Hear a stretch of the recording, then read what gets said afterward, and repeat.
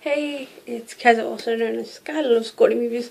This will be the last video for tonight, probably for a couple of days.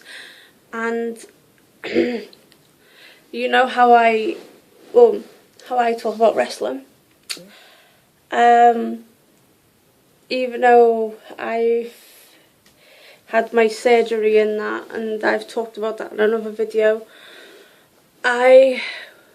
on my times that I've had to relax in that, I have watched non-stop TNA wrestling. Not WWE, so this isn't going to be talking about WWE. I am just going to talk about TNA. So, if you're not a TNA fan, you don't have to watch this. So, anyway, here we go. TNA lately has just blown me out the window. It has been, every time I watch an episode, it's left me wanting more. It's like when I just reviewed the Gotham, which you'll see that in another video. TNA has left me wanting more. Since Kurt Angle has become director of operations and the six-sided ring has come back, I have just been blown away with what matches he's been put out. I'm impressed with... I'm actually impressed with Samoa Joe. He's always been one of my favourite wrestlers from day one in that company.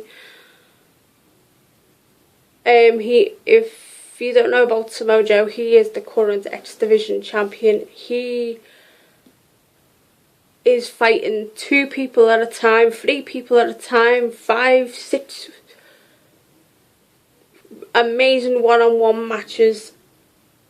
I mean, I just watched Bound for Glory the other night, and he was in a 3-way match with one of the top Japanese stars and Low-Ki. I was flabbergasted. I was left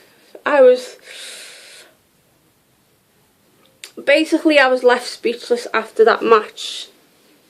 So that's a little bit about Samoa Joe.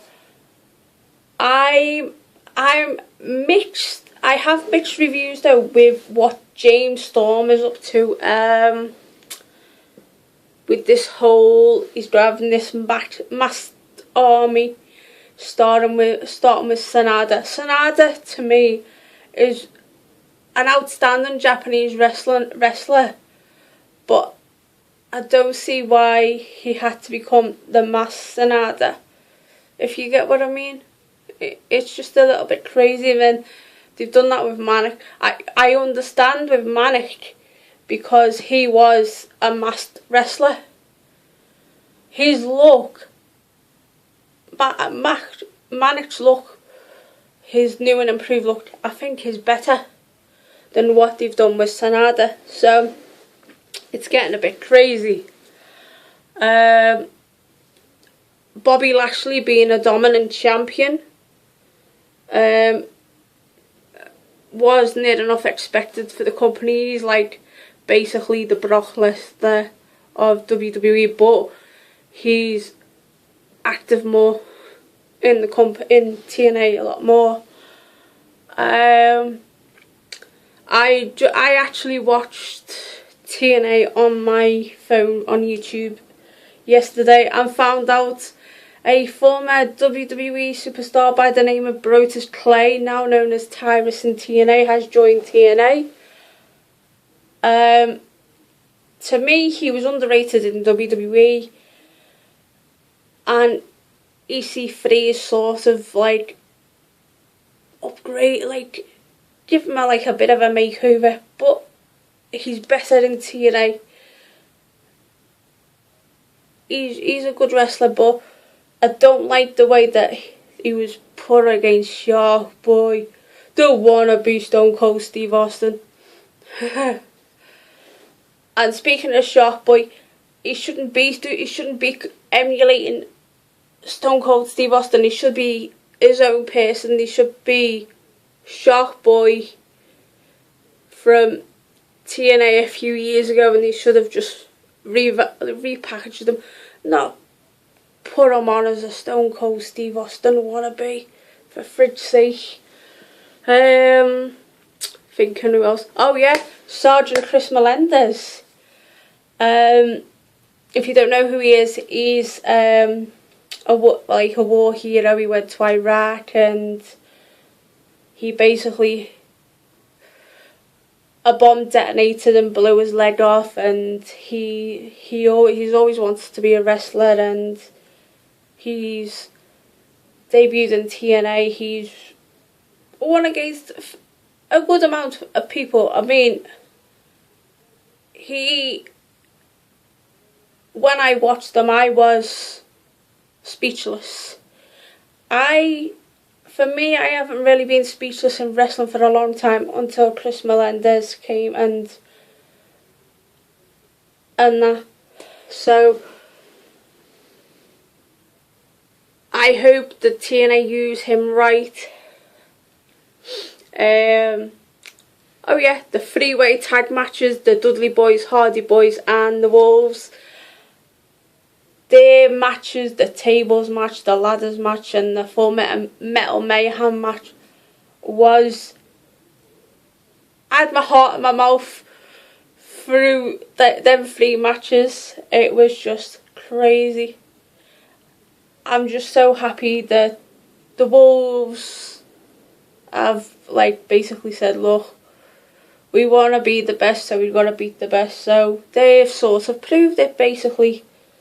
And if you haven't already heard, the Dudley Boys are in the TNA Hall of Fame, which is really, really, really some good news about that. And I'm just thinking, what other wrestlers? Oh yeah, Gail Kim's out with a separated shoulder injury. I don't know what they're doing with Rockstar Spud. I don't know whether it's just the whole storyline or he has actually left TNA for good. But if he has left TNA for good, they've used him the wrong way, basically. Velvet Sky being the cover of the calendar, which is probably expected. And the reason why Gail Kim is out of action is due to Havoc separating her shoulder, and Havoc is the new Knockouts champion. She is being dominant. If you don't know who Havoc is known as Jessica Havoc, and then when she was in Ring Divas, she was also known as the German Nightmare. I've followed Jessica Havoc since Ring Divas and also Shine Wrestling, and that is one knockout they are using right in TNA. I know people say, oh, they're not using the right. They are. Trust me. And then it's going to be good, and I think there's going to be a good twist with Havoc, which is going to be great to watch. Oh yeah, the whole Samuel Shaw situation, a bit creepy, but it was nice that Brittany's come out to help him last week in TNA. And Bram for me, I know I'm a fellow Brit, but I'll just quickly elaborate. Bram for me is very, very underrated in my opinion. I don't know. It's a good move what they're doing with the whole hardcore, or you can type matches with him. So that's sort of a good move. But the whole the only thing that I think is a bit shit is MVP. I just think he's a bit crap at the moment with the whole Kenny King and what they've done to Chris Melendez, and MVP interfering in Bobby Roode's match and stuff like that. And speaking of Bobby Roode, I hope he gets the title back, because he is a good wrestler. And that's about it. Oh yeah, if you haven't already heard, Dixie Carter did get put through a table and she's sort of still recovering. And Bound for Glory was absolutely amazing from Tokyo, Japan. I would love for TNA to do another event in Japan, or even do an event here in the UK. So that is my little what's going on in TNA. I hope you like it. Please stay gaudy and have pleasant dreams. Ta-ta for now. Bye.